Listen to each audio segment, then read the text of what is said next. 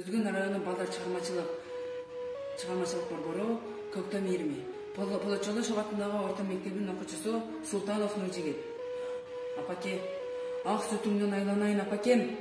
Мен сени мындай киши экениңди билбесем, бул катты жазбайт болчумун. Мен сенин акылмандыгыңа, кайраттыгыңа, сенин күчүңө ишенип жазып отурам. Ошентсе да эмнелеп түшүндүрүп, эмнелеп айтууга сөз таба албайм. Алаканай ак парактик деп отурган жерим. Акыр түбү менин кылган ишимди туура деп табарсың. Мен ага өзүмө ишенем де ишенем.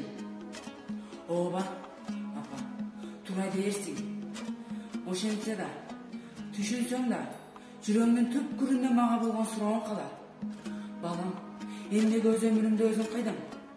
Адамга бир гана жолу берүүчү бул жарык дүйнө менен өз өмүрүңдү өзүң кыйып кете бердиң. Мен сени эмнеге төрөп, эмнеге өстүрүп чоңойттум? Ооба, апа, энеси, сенин бул сурооңа тарых кийин жооп берер.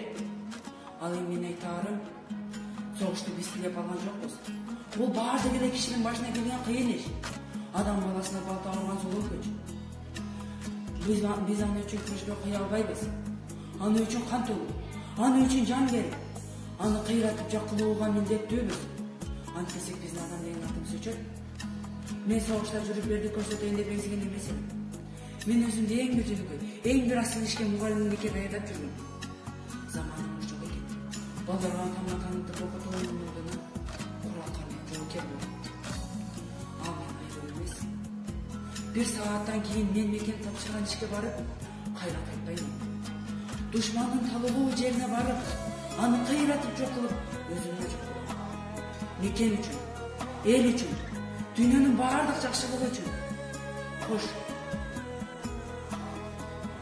Түбөлүккө кайып кош.